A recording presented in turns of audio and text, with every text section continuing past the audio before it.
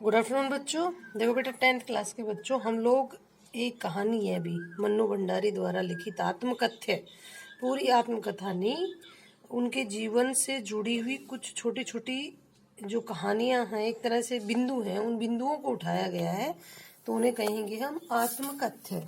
वो पढ़ रहे थे और हमने इस आत्मकथ्य में पढ़ा कि किस प्रकार से एक मिडिल क्लास फैमिली है, वो अजमेर में रहकर आज़ादी के आंदोलन में अपनी भागीदारी निभाती है।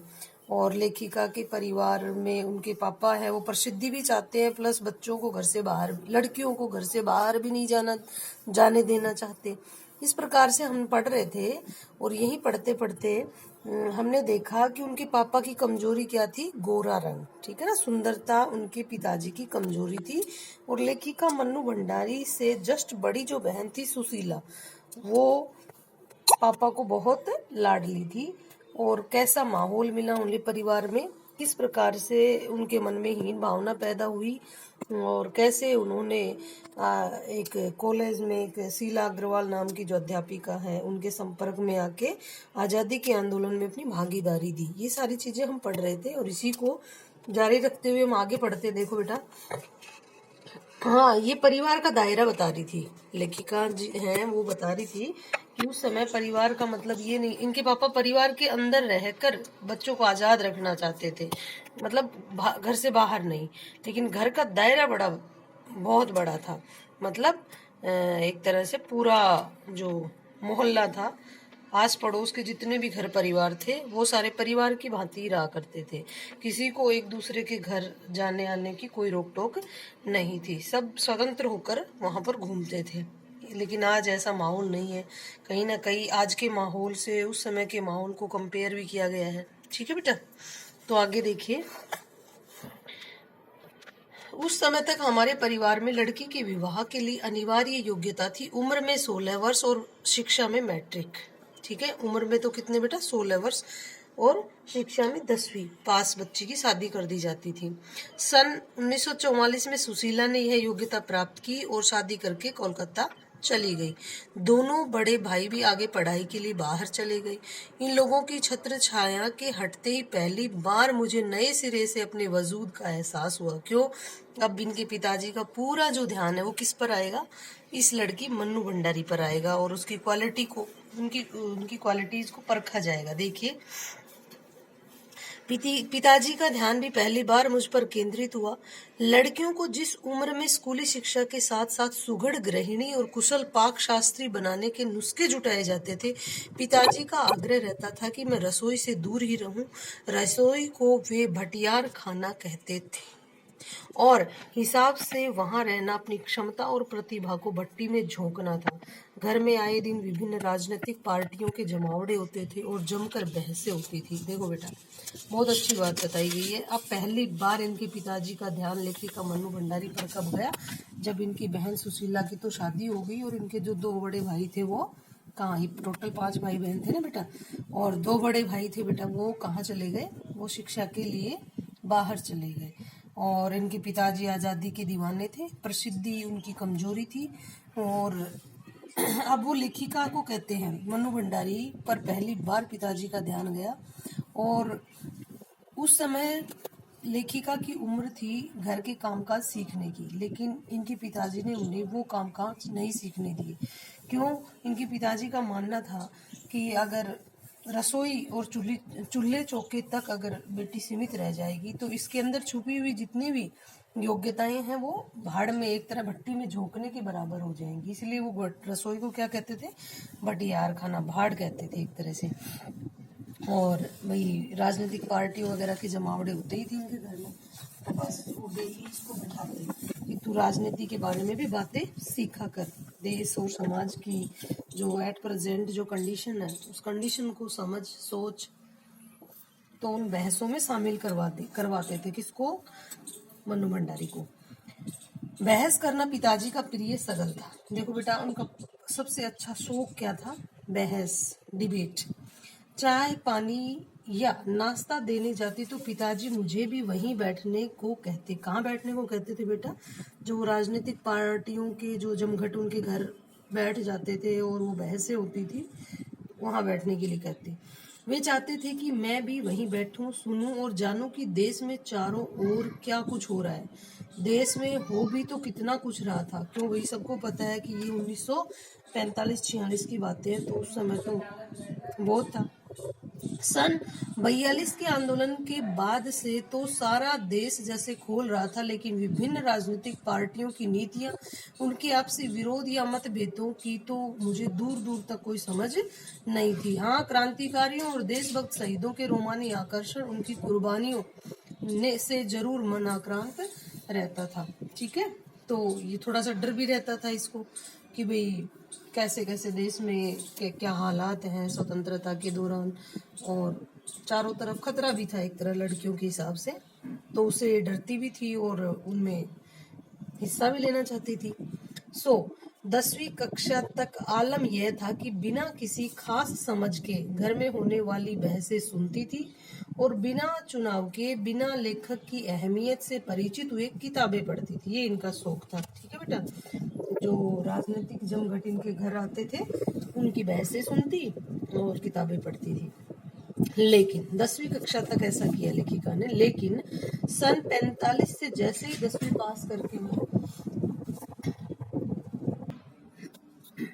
सो 10वीं कक्षा तक आलम यह था कि बिना किसी खास समझ के घर में होने वाली बहसें सुनती लेखिका, और बिना चुनाव किए, मतलब ऐसा नहीं कि ये मेरा फेवरेट लेखक है, ऐसा कुछ नहीं, बिना चुनाव किए, बिना लेखक की अहमियत से परिचित हुए किताबें पढ़ती थी। लेकिन सन 45 से जैसे ही 10वीं पास करके मैं फर्स्ट ईयर में आई, बेटा उस समय 11th-12th को फर्स्ट ईयर सेकंड ईयर ऐसे कहा जाता था, ठीक है ना। लेकिन 10वीं पास करके मैं फर्स्ट ईयर में आई, किसी हिंदी की प्राध्यापिका शीला अग्रवाल से परिचय हुआ। अब ये इन्हें मोटिवेट किए करेंगी, एक तो किताबें लिखने के लिए, दूसरी क्रांतिकारी किताबें इनको देंगी और उनको पढ़ेंगी और स्वतंत्रता के लिए इन्हें प्रेरित करेंगी। देखो बेटा, तो ये क्या है, हिंदी की प्राध्यापिका शीला अग्रवाल से परिचय हुआ। ये बहुत इंपॉर्टेंट क्वेश्चन बनेगा यहाँ कि हिंदी की प्राध्यापिका शीला अग्रवाल के व्यक्तित्व का लेखिका के व्यक्तित्व पर क्या प्रभाव पड़ा। ठीक है ना। सावित्री गर्ल्स हाई स्कूल, जहां मैंने ककहरा सीखा, 1 साल पहले ही कॉलेज बना था। यानी कि जैसे मैं किसी स्कूल में पढ़ती हूँ और फिर मैं अपर क्लास में हूँ तो वो कॉलेज बन जाए, ऐसे। और वे इसी साल नियुक्त हुई थी। उन्होंने बाकायदा साहित्य की दुनिया में प्रवेश करवाया। हाँ भाई, अब इन्हें लिटरेचर पढ़ाएंगे अब शीला अग्रवाल इनको, और हिंदी में बहुत अच्छे और बड़े बड़े क्रांतिकारी साहित्यकार हुए थे। उन क्रांतिकारी साहित्यकारों की किताबों से इन्हें वाकिफ करवाएगी मन्नू भंडारी को, और उन्हें वो बुक्स उनकी पढ़ने के लिए देंगी। ठीक है ना, और इनके अंदर क्रांतिकारी विचार पैदा होंगे। मात्र पढ़ने को चुनाव करके पढ़ने में बदला, मतलब केवल ये पढ़ना इनका शौक था और अब ये सेलेक्टेड चीजें पढ़ने लग गई। खुद चुन चुन कर किताबें दी। किसने खुद चुन चुन कर किसको किताबें दी? शीला अग्रवाल ने खुद चुन चुन कर अच्छे अच्छे राइटर्स को, लेखिका को किताबें दी। पढ़ी हुई किताबों पर बहसें की तो 2 साल बीते न बीते साहित्य की दुनिया शरत प्रेमचंद्र से बढ़कर जैनेन्द्र, अज्ञे, यशपाल, भगवती चरण वर्मा तक फैल गई, और फिर तो फैलती ही चली गई। उस समय जैनेन्द्र जी की छोटे छोटे सरल सहज वाक्यों वाली शैली ने मुझे बहुत आकृष्ट किया। जैनेन्द्र बेटा मनोवैज्ञानिक साहित्यकार है, बहुत अच्छे मनोवैज्ञानिक साहित्यकार है। इनकी किताबें ये पढ़ती थी। ठीक है, उनका एक उपन्यास है सुनीता, उपन्यास बहुत अच्छा लगा था। ये तलाकशुदा जो औरतें हैं या जो वैवाहिक जीवन से संतुष्ट नहीं होती, इस टाइप का एक उपन्यास है, औरतों पर लिखा हुआ, सुनीता नाम का। सुनीता उपन्यास बहुत अच्छा लगा जैनेन्द्र का।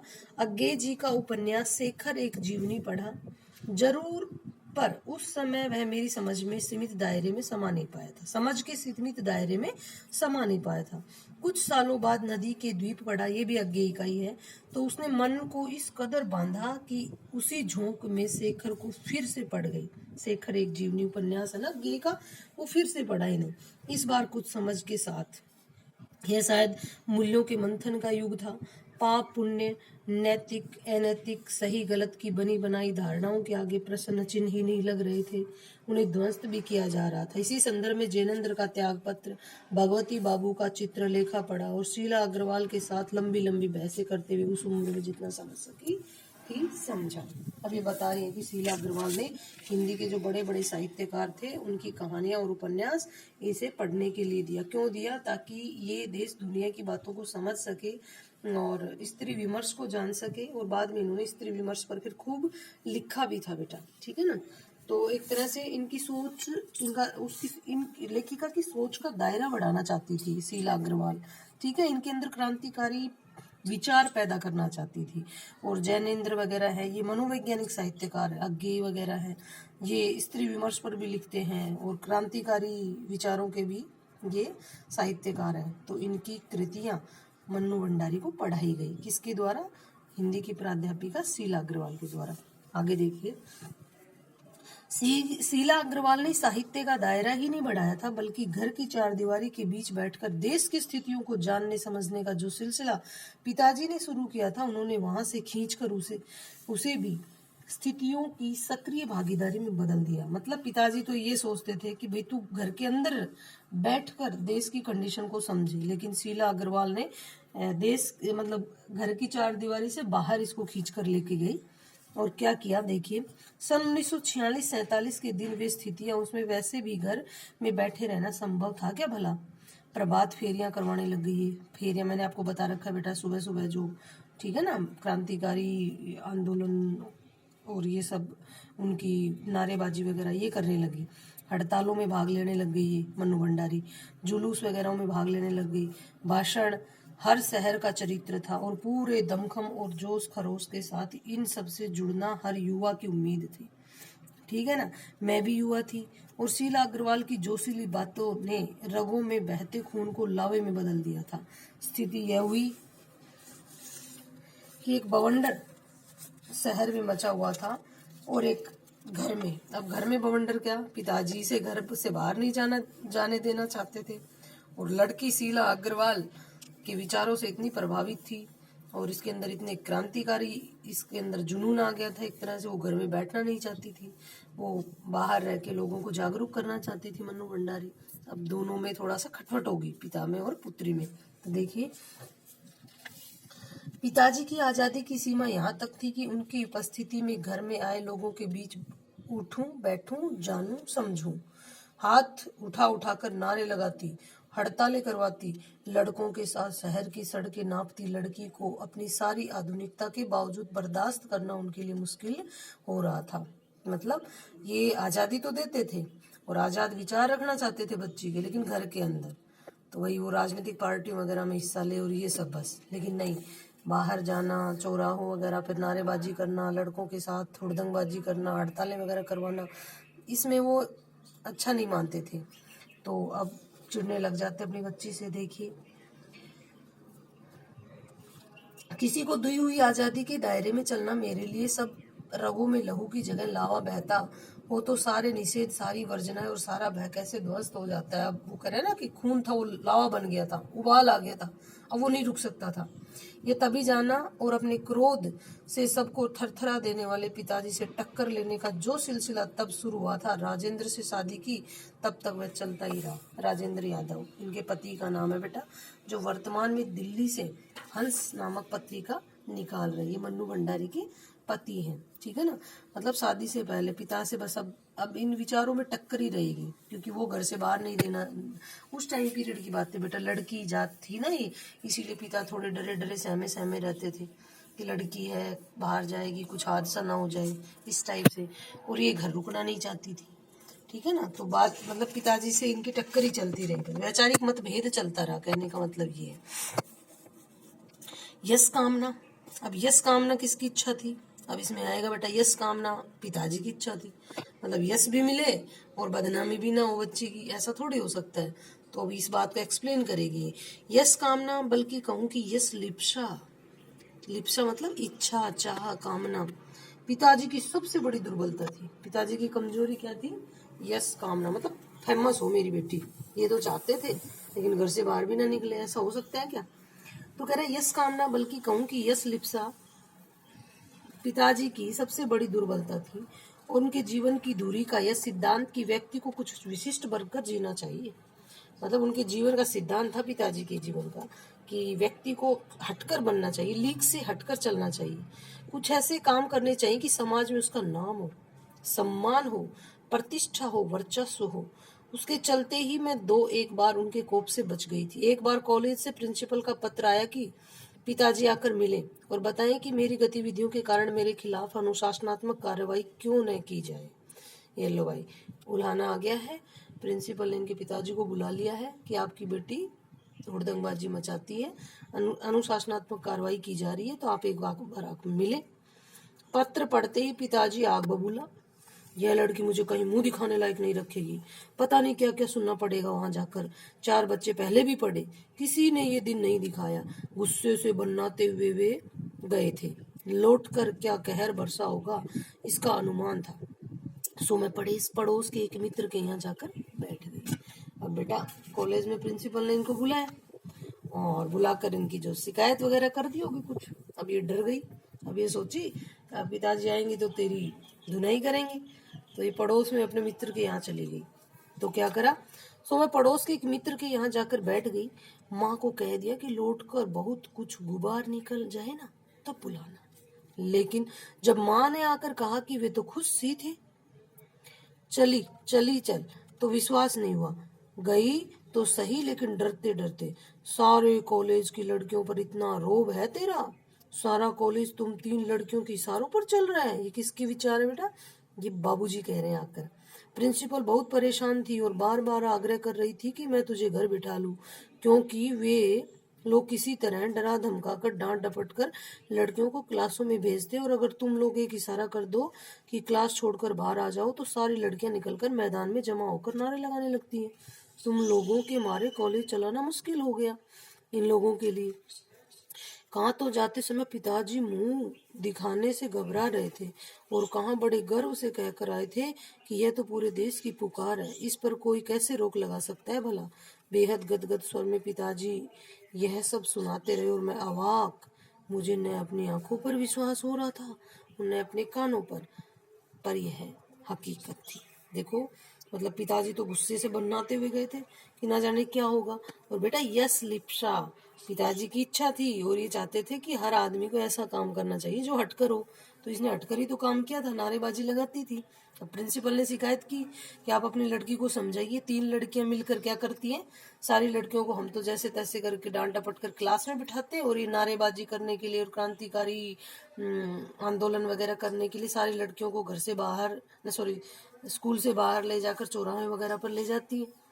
पिताजी बोले तो देश की वही पुकार है। पिताजी भी प्रिंसिपल को झाड़ी आए और लड़की तो ये सोचती थी तेरे को घर जाके डांट डपट खानी पड़ेगी, लेकिन ऐसा कुछ हुआ नहीं, खुश हो गई। एक घटना और, अब ऐसे 2-3 घटनाएं बताएगी कि जब पिताजी का गुस्सा गुब्बार बन के फूटेगा, लेकिन जब ये जाएगी तो कुछ और ही मिलेगा। एक घटना और, आजाद हिंद फौज के मुकदमे का सिलसिला था। सभी कॉलेजों स्कूलों दुकानों के लिए हड़ताल का आह्वान था। सभी कॉलेजों स्कूलों के लिए हड़ताल का आह्वान था। जो नहीं कर रहे थे छात्रों का एक बहुत मतलब जो हड़ताल नहीं कर रहे थे ना उनके लिए छात्रों का एक बहुत बड़ा समूह वहां जाकर हड़ताल करवा रहा था। शाम को अजमेर का पूरा विद्यार्थी वर्ग चौपड़ क्या होता है, चौराहा, बाजार, मुख्य बाजार का चौराहा पर इकट्ठा हुआ और फिर हुई भाषणबाजी। मतलब जो दुकान वगैरह बंद नहीं कर रहे थे ना उनको बंद करवा रहे थे नारेबाजी के थ्रू सारे कॉलेज के लड़के लड़कियां। और उनकी लीडर कौन थी, ये मन्नू भंडारी थी। तो कह रहे भाषणबाजी। इस बीच पिताजी के एक निहायत दकियानुसी मित्र ने घर आकर अच्छी तरह पिताजी की लू उतारी। लू उतारना मतलब चुगली खा ली भाई उनकी कि तुम्हारी बेटी ऐसे ऐसे बाजार में मुख्य चौराहे पर घूमती फिर रही है, लड़कों के साथ नारेबाजी लगा रही है, हुड़दंगबाजी कर रही है। अब पिताजी बेटे फिर थोड़े से अपसेट हो जाएंगे। अरे उस मन्नू की तो मत मारी गई है, पर भंडारी जी बेटे इनके पिता का नाम है भंडारी, ठीक है ना, और ये पिता का नाम आगे लगाती है इसलिए मन्नू भंडारी कहती है अपने आप को। उस मन्नू की तो मत मारी गई है, पर भंडारी जी आपको क्या हुआ है? ये कौन कह रहे हैं? ये पिताजी के एक मित्र मन्नू भंडारी के खिलाफ उनको भड़का रहे हैं। हाँ ठीक है, आपने लड़कियों को आजादी दी, पर देखते आप जाने कैसे कैसे उल्टे सीधे लड़कों के साथ हड़तालें करवाती हुड़दंग मचाती फिर रही है। वह हमारे आपके घरों की लड़कियों को शोभा देता है ये सब? कौन कोई मान मर्यादा इज्जत आबरू का ख्याल भी रह गया है आपको या नहीं? वे तो आग लगा कर चले गए और पिताजी सारे दिन भभकते रहे।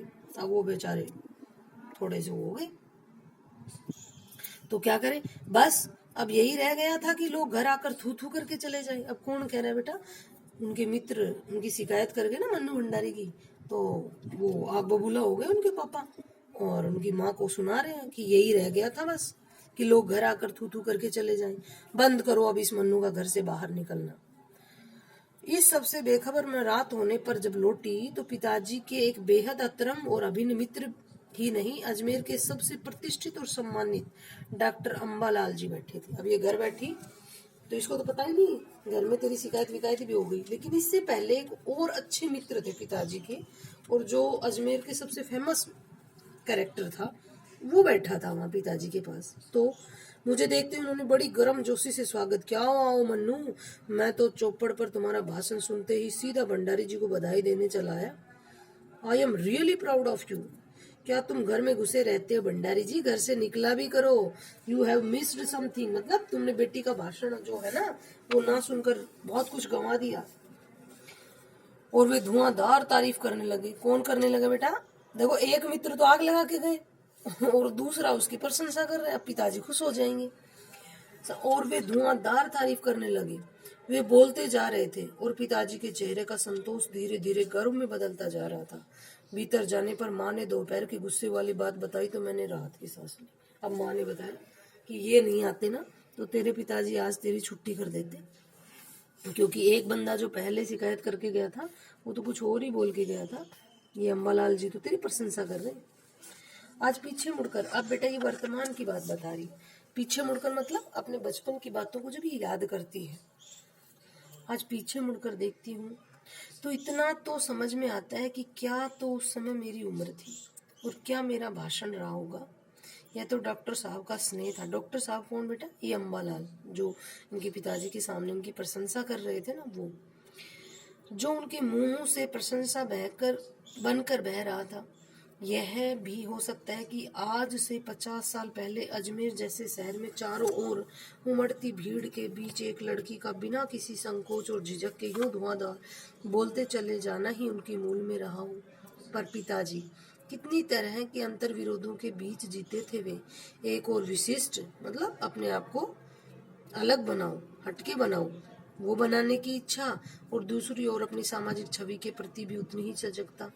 पर क्या यह संभव है? मतलब दो अपोजिट काम पिताजी एक साथ चाहते हैं। ऐसा हो सकता है कि मैं घर से बाहर भी ना निकलूं और मुझे प्रसिद्धि भी मिले?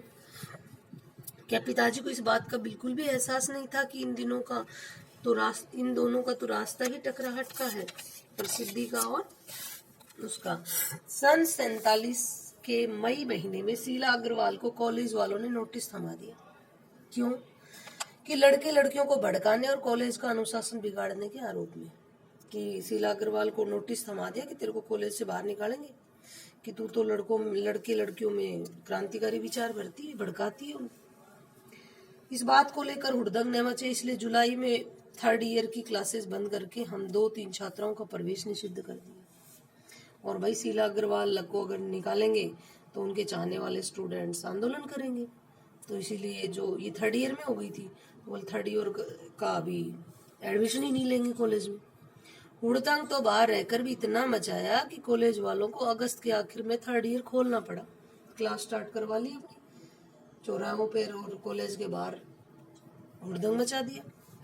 जीत की खुशी पर सामने खड़ी बहुत बहुत बड़ी चीर प्रतिष्ठित खुशी के सामने यह खुशी बिला गई, समा गए। शताब्दी के सबसे बड़ी उपलब्धि 15 अगस्त 1947, मतलब देश आजाद हो गया। अब बेटा आपका आज का असाइनमेंट रहेगा, मैं आपको भेज दूंगी, क्वेश्चंस करने हैं आपको। पहला क्वेश्चन है, लेखिका व्यक्तित्व पर किन किन व्यक्तियों का विशेष रूप से प्रभाव पड़ा? एक तो शीला अग्रवाल का, मैं बताती चली हूँ उनका आंसर, और एक इनके पिता का। उन दोनों के कैरेक्टर को एक्सप्लेन करके लेखिका के कैरेक्टर पर उनका क्या प्रभाव पड़ा वो बताना है। इस आत्मकथन में लेखिका के पिता ने रसोई को बठियार खाना कहकर, मैंने बताया था आपको। दूसरा, वह कौन सी घटना जिसके बारे में सुनते ही लेखिका को न अपनी आंखों पर विश्वास हो पाया और न अपने कानों पर। वो पिताजी जो आग बबूला हो रहे थे ना, और आकर लेखिका ने देखा, तो वो सब। लेखिका को अपने पिता से वैचारिक टकराहट को अपने, ये दो माँ पिता बेटी के जो विचार है उनको लिखना है। इस आत्मकथ्य के आधार पर स्वाधीनता आंदोलन के परिदृश्य का चित्रण करते हुए मनु जी की भूमिका को रेखांकित। वही बेटा चौराहों पर वो करना, आतिशबाजी, नारेबाजी, क्रांतिकारी आंदोलन, बड़े बड़े साहित्यकारों की देशभक्तिपूर्ण रचनाओं को पढ़ना, ये सब बताना है इसमें। ठीक है, ओके बेटा, कल हम करेंगे नेक्स्ट चैप्टर। Thank you.